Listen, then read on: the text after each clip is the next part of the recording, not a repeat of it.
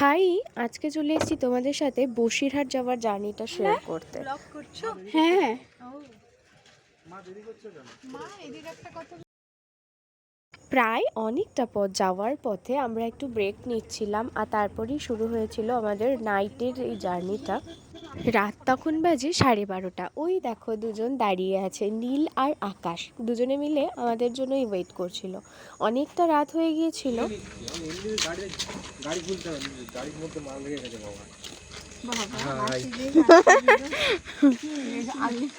এই তো রাত তখন বাজে 12:30 আর আমরা পৌঁছেও গেছি ওদের বসিরহাটে। অনেকটা রাত হয়ে গিয়েছিল আর বৃষ্টি হচ্ছিল জন্য মনে হচ্ছিল যেন ভোরবেলা পৌঁছেছি। এনিওয়েজ এরপর গাড়ি থেকে নেমে সমস্ত কিছু কমপ্লিট করে গাড়িতে অনেক মালপত্র ছিল সেগুলো নামিয়ে গাড়িটাকে ঠিকঠাক জায়গায় বসিয়ে তারপর আমরা সবাই মিলে ঘরে গেলাম। কলকাতায় এত বৃষ্টি হচ্ছে যে জায়গায় জায়গায় জল জমে গিয়েছিল। এবার দেখো তার জন্য ওরা কি ব্যবস্থা করেছে। আলটিমেটলি ওদের রাস্তায়ও অনেকটাই জল জমেছিল আর তার জন্য কি ব্যবস্থা নেওয়া হয়েছে।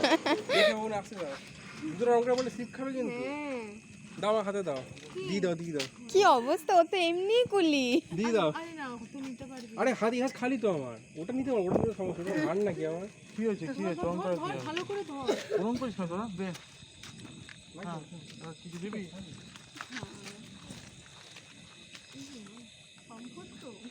হাত ধরো সাবধানে চলে আসবো ঘরে থেকে। আবার কি হচ্ছে? হ্যাঁ চলে দে না তো। আরে কিছু হবে না।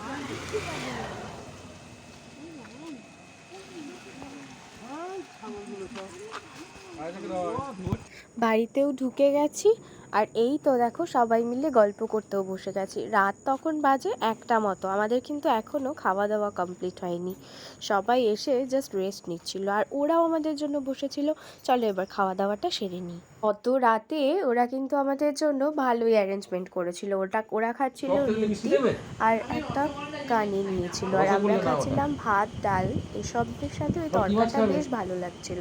আর এই দেখো এখন রাত বাজে 2, সবাই গল্প করতে বসেছে। আমি দেখি তো ওই যে হোলসেল মার্কেটের সব দাম দেখি তো সেফটি পিটের রিঅ্যাকশন দেয় ওটা কি এরকম দাম। গল্প করতে করতে অনেকটা লেট হয়ে গেছিল। আজকের ব্লগটা এখানে এন্ড করছি, নেক্সট ব্লগ তাড়াতাড়ি আসছে। বাই।